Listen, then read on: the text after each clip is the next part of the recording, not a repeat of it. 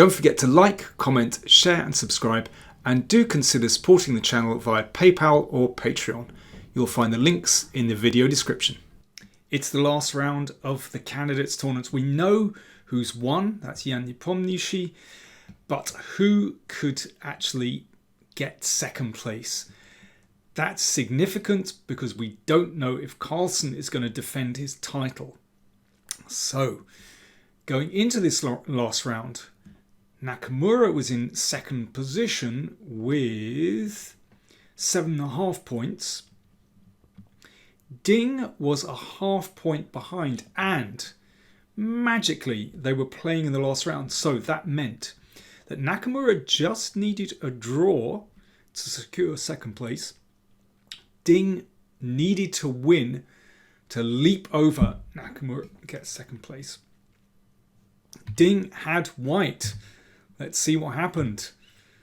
So Ding plays d4. He usually starts with either d4 or c4. And he's going main line today. And Nakamura plays the Tarrasch. And I suspect that if pawn takes d5, which is normally the main move, Nakamura would not have played a Tarrasch. I suspect he'd have played the so-called semi-Tarrasch with knight takes. And in this main line, that leads to a lot of exchanges. And you know, these variations are very well worked out these days. And Black has discovered how to defend against this centre very well. Lots of pieces exchanged. I think Nakamura would be happy with that. So instead of taking on d5, Ding decided to just maintain the tension with e3. So we've got a symmetrical position. And that a3 is a very standard move. Normally, I don't like these little pawn moves at the side of the board. I frown upon them, but this is kind of a high-class waiting move. You're waiting for Black to develop that king's bishop, and then you exchange on c5 and play b4 and bishop b2 and so on. So Black has to decide how to wait in this position himself. And, well, Nakamura decided just to exchange on c4. And now we've basically transposed into a Queen's Gambit accepted and a6 from Nakamura. And this is, it's quite a mild version of the Queen's Gambit accepted with the inclusion of these moves. So a pretty reasonable start for Nakamura. If castles, then b5 and bishop b7, and yeah, it's quite a comfortable position for Black. But instead, Ding went bishop d3. And off to b5, he just exchanged on c5. Slight surprise, because now we've got a symmetrical position. I mean, there's seems to be nothing in it at all. You could say that White has, well, obviously an extra tempo. The bishop is also on d3 rather than e2, so it's White's move here. And Ding played knight e4. Well, if he can, you know, magically bring the knight to c5, that would be good. Of course, Nakamura very happy to exchange pieces. So, although the pawn structure is symmetrical, you can see that Ding is slightly more active with his, well, with these bishops basically. And here, I mean, Black could just sort of play rook c8. But then queen e2, well, you know, you could argue that White has managed to create a little bit of tension in this position. You know, all the pieces are on the board. It's still going to be difficult to make anything of this. But, you know, it's not quite clear how Black is going to simplify. So, remember, Nakamura needs a draw. And he just played f5. So that's quite a forcing move. Certainly White doesn't want to give up the bishop here. So bishop b1. And then he just exchanged queens. Remember, he's playing for a draw. He doesn't want any complications. And after bishop a2, well, these bishops still look splendid. But actually king f7. And for the time being, Black is actually very safe. The king defends the pawn here. Doesn't seem to be a big deal. In fact, even playing f5 allows potentially that bishop to come to f6, you know, more exchanges. So how does white make anything of this position? It's certainly not easy. Ding played h4. Well, that's a good start, because if we could throw in knight g5, check, and force an exchange for bishop for knight, then white, you know, has these bishops, and that's definitely an asset. So therefore h6. h4 is a useful move, gives the king some room here, and maybe you can just sort of cramp those kingside pawns with h5 at some moment. Rook dc1. So Ding avoiding an exchange of rooks. Wants to keep the pieces on the board. Bishop d6. So it's one of these positions where black is so close to equality. You know, if a couple of pieces are exchanged here, or the right pieces, then the game could just fizzle out to a draw very quickly, which is of course exactly what Nakamura wants. So white has to play with enormous accuracy in order to get anything from this position. Rook c2 played. So potentially Ding is looking to double on the c file. Knight e7. So this opens the diagonal for the bishop. But because the knight has now gone backwards, then this knight can move forwards. And you can see that e6 is now attacked by bishop and knight. But now we see the point of knight e7 is to play bishop d5 to exchange off that bishop on a2, which is a bit annoying. So Nakamura, in a sense, has gained something there with that exchange. He edges a little bit closer to, you know, a more simplified position. You could say that Ding has gained something as well, because that c6 square is a little bit weak. The knight is in a nice active position. And also after that exchange, rook c1 gains control over the c file. Is it a big deal? Well, there's no access to the c7 square, so at the moment, not a big deal. You do have access to the c6 square, however. Rook d7. And rook c6 is possible, but there's no real threat there. Knight b3. So that opens up the bishop's diagonal, and potentially the knight might like to hop in here. It also cuts out the possibility of a5, which could lead to an exchange of those queenside pawns. That's definitely what white wants to avoid. White wants to keep these pawns on the board, so there's play on both sides of the board. Bishop e7. Attacks the pawn. And the pawn pushes. Okay, that's a nice square. But, okay, now we see the real point. That bishop can just meet the bishop on b2, can match the bishop on the long diagonal and cancel it out. Ding plays bishop d4. That's a very provocative move. You know, it's tempting black into pushing forward. It's possible to exchange, but that knight hops back. And, well, you know, there are potential routes into black's position here. And not to mention rook c6 as well, attacking e6. So I can understand why Nakamura didn't want to do that. And instead, he was indeed provoked. He played e5, but it doesn't seem bad at all for black. Bishop c5. Okay, it's nicely anchored on c5. Bishop d8. So what's the point of this? Well, it's still covering c7. Not at the moment there's a threat there, but basically it makes room for the knight to come back to f6. And then that h-pawn is actually vulnerable. So Ding has to be a bit switched on here. So he switched to the d-file. That knight was defended securely by the pawn, but it's advanced. That was provoked. The pawn was provoked into advancing, and it means that this knight is a little bit insecure. It's so interesting in this kind of position where, you know, little changes in the position, like a change in the pawn structure, have an effect elsewhere, and it just means that knight on d5 is just a little bit vulnerable. So dips back to f6, an exchange of rooks, and then rook d1, attacking the knight, and the knight came back to f6. So that pawn under fire again. So bishop d6, attacking this pawn. Now if that advances, then again that creates room for white's pieces, so that knight could hop into d4, and then it looks at f5, and that starts to look nice for white. So knight g4, that's an interesting move. Defends the pawn, of course,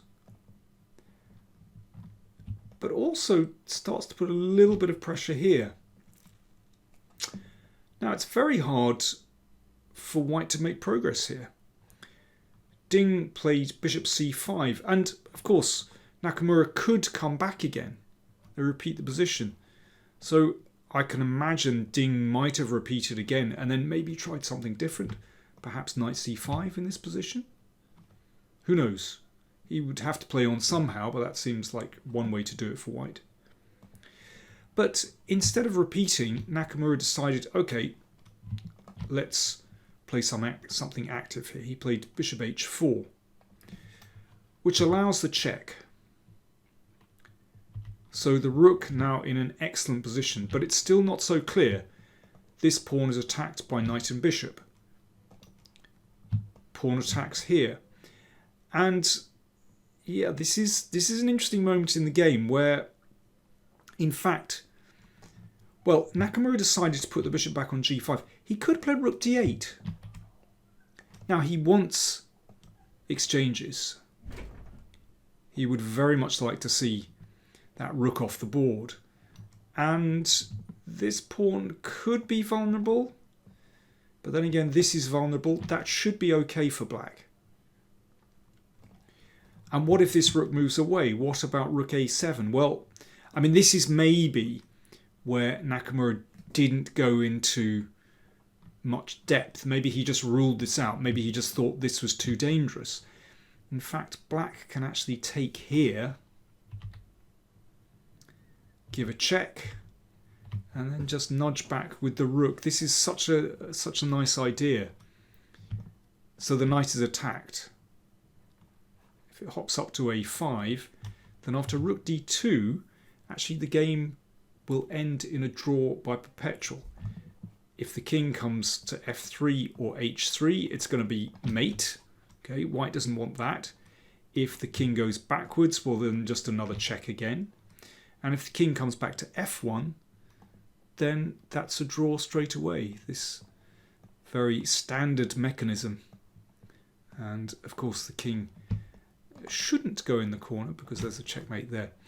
Now, I suspect that Nakamura just wasn't analysing that deeply and just thought, oh well, you know, I can play bishop g5, this is still okay for me.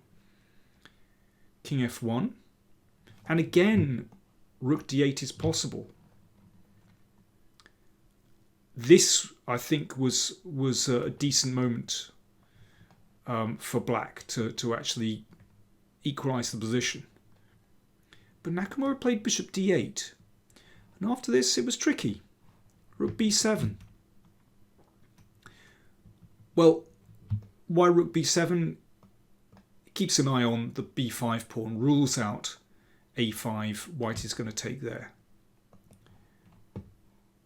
And this is tricky. If the knight bounces back to f6, then bishop d6 is a nice move. Pushing that pawn forward, and then knight d4. We've seen this before. This is very dangerous for black. You can see all white's pieces are active. There are problems on the 7th rank. Black's pieces, particularly the rook, are very passive. So here Nakamura played f4, and frankly that's already a bit desperate. Ding took. You can just take here. This is what the computer wants white to do. And then just play this position, and well, white certainly has a nice clamp here. But Ding played it another way. He just pushed with e4. And this was very clever. It worked out extremely well because he turns this pawn on f4 into a weakness. Basically, ultimately what he wants to do is just advance the king to put pressure on the pawn. F3 is a better chance here. That it's more complicated. The computer thinks that black may be okay there, but it's very tricky. Black needs to find a lot of very slightly obscure moves. But Nakamura played bishop f6.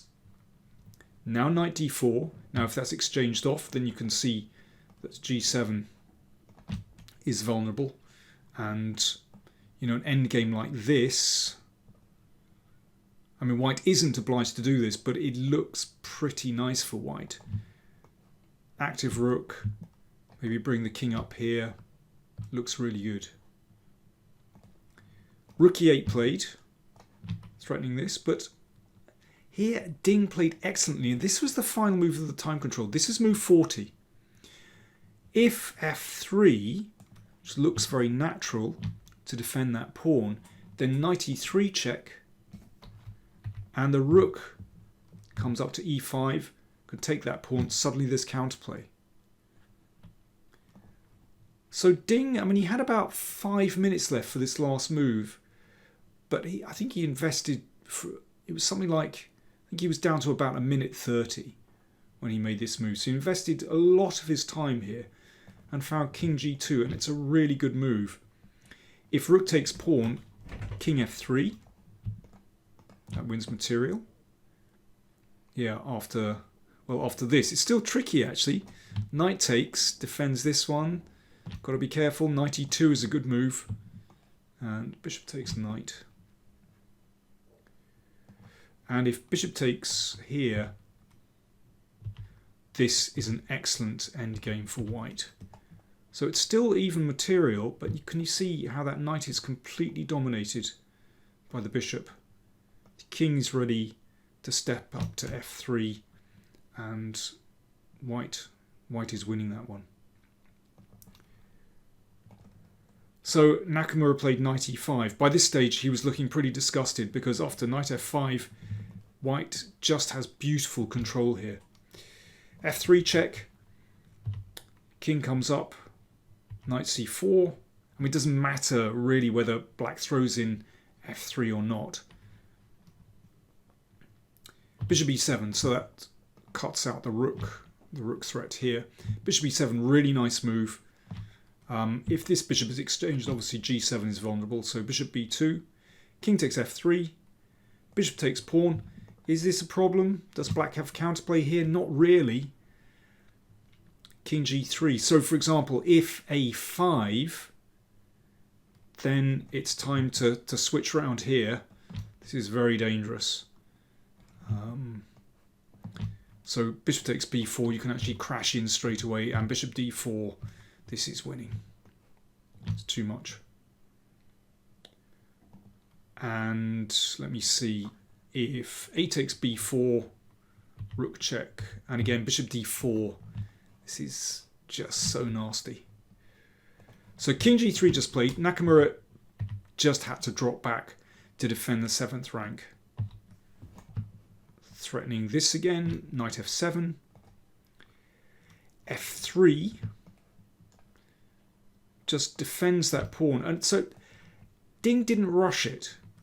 He kept control beautifully here. So you can see that's a lovely little triad. Everything is protected. The pawn clamps the king side. There's no danger on the queen side.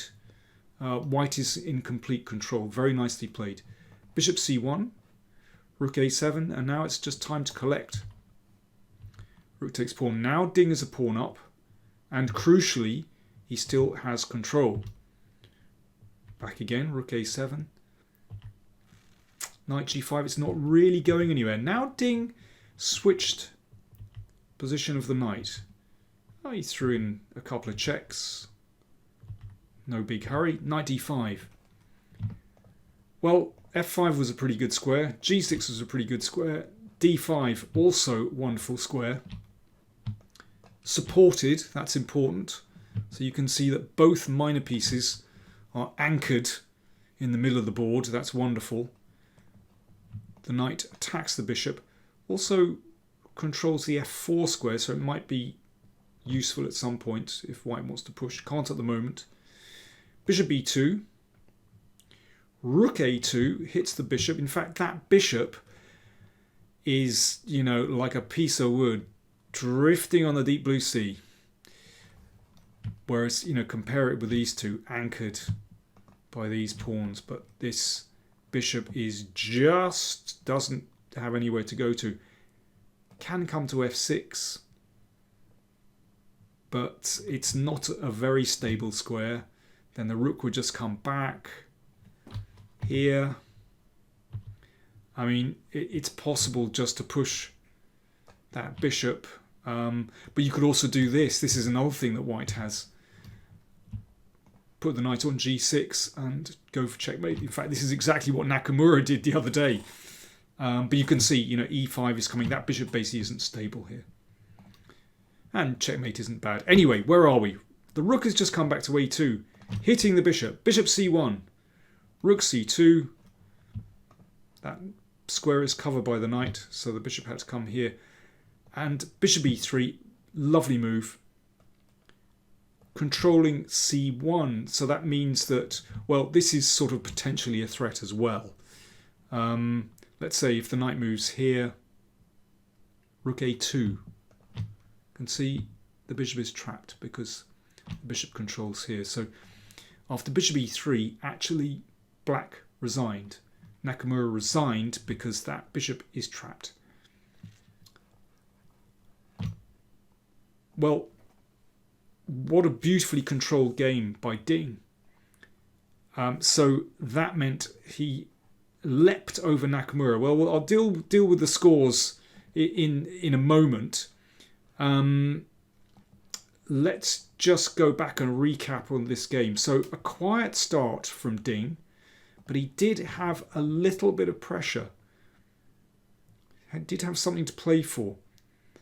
Nakamura, I think, defended pretty well up until round about here. Things were still going okay, but round about here he started to get a little bit wobbly. He's still all right, but I think the crucial moment was not playing rook d8, either on this turn or on this turn. If he'd seen that, I'm sure it must have been to do with the tactics in this kind of position. This is basically okay for black. Black has enough activity. I think if Nakamura had played rook d8, he would have had a really good chance of holding this game. But after he played here, then Ding was in control, and the way he kept control was beautiful. And that is exemplified by this final move where all white's pieces are beautifully coordinated, and it's that lone bishop which is basically lost here. Total control, didn't rush it at all. So that meant, so Nepo drew his last game against Duda. Actually quite a tough fight. There were some brilliant fights in this round. I'm actually recording this game before the last game is over, but it looks like Firuzja has a completely winning position against Caruana. So it looks like Alireza is going to win his final game. I'm just seeing whether Caruana might resign, actually. I'm assuming Firuzja is going to win. Anyway, leading scores or final scores. Nepo 9.5. Ding 8. Rajabov 7.5, Nakamura 7.5. Caruana looks like he's going to remain on 6.5. And with that win, I'm assuming Firuzja is going to win. He actually leaps off the bottom of the table, assuming he wins that one. But it's looking very likely indeed. So let's sum up. Nepo played a superb tournament, thoroughly deserved. Having got the lead, he was totally professional. He picked off points, picked off wins when he could, played very solidly, drew when it seemed appropriate, and basically the others scrapped against each other and tried their hardest, but basically I think we've seen it in so many candidates tournaments. Often when a player gets the lead, if they hold their lead, if they play very responsibly, then usually it's good enough to win. And here, well, Nepo, a point and a half clear of Ding in second place. Incredible how Ding managed to recover in these last rounds. So he won in this last round. He also won. Oh, he lost in round 12. No, I mean he won in round 11. I mean he started really badly. Won in round 10, but yeah, basically had a decent second half of the tournament. Yes, I've just seen that Caruana did indeed resign. So yeah, Caruana finishes on 6.5 out of 13. Big disappointment for Fabi. Incredible that Ding came through to claim second. It's going to be really interesting to see what happens. Apparently, Magnus Carlsen is in Madrid at the moment and he is negotiating with FIDE president Arkady Dvorkovich potentially to change the format of the World Championship final. And I suspect according to how those negotiations go, then we'll see whether Carlsen will actually defend his title. But it's going to be interesting. We shall see. I would say there's a chance that the World Championship final, the format might be tweaked, in which case Carlsen might defend it. But let's see. If not, then it could be Nepo against Ding, which could be a very interesting match, actually. We shall see. Anyway, it's been an absolutely fabulous tournament. I love the candidates tournament. There's been so much exciting chess. Some of the players were criticised, notably Nakamura, a couple of rounds ago for drawing quickly against Nepo. I think it was a very good decision. He put himself in with a fantastic chance today, but didn't quite manage to get second. But yeah, actually, there's been so much fantastic fighting chess. Let me know what you think. Have you enjoyed the tournament? I hope you've enjoyed my roundups at the very least. Do check out my Kalashnikov course. It's still on sale for today, but the sale will be over once the candidates is over. So Kalashnikov course on sale, and my other courses from Chessable as well. My How Good Is Your Chess courses. Thank you very much for watching.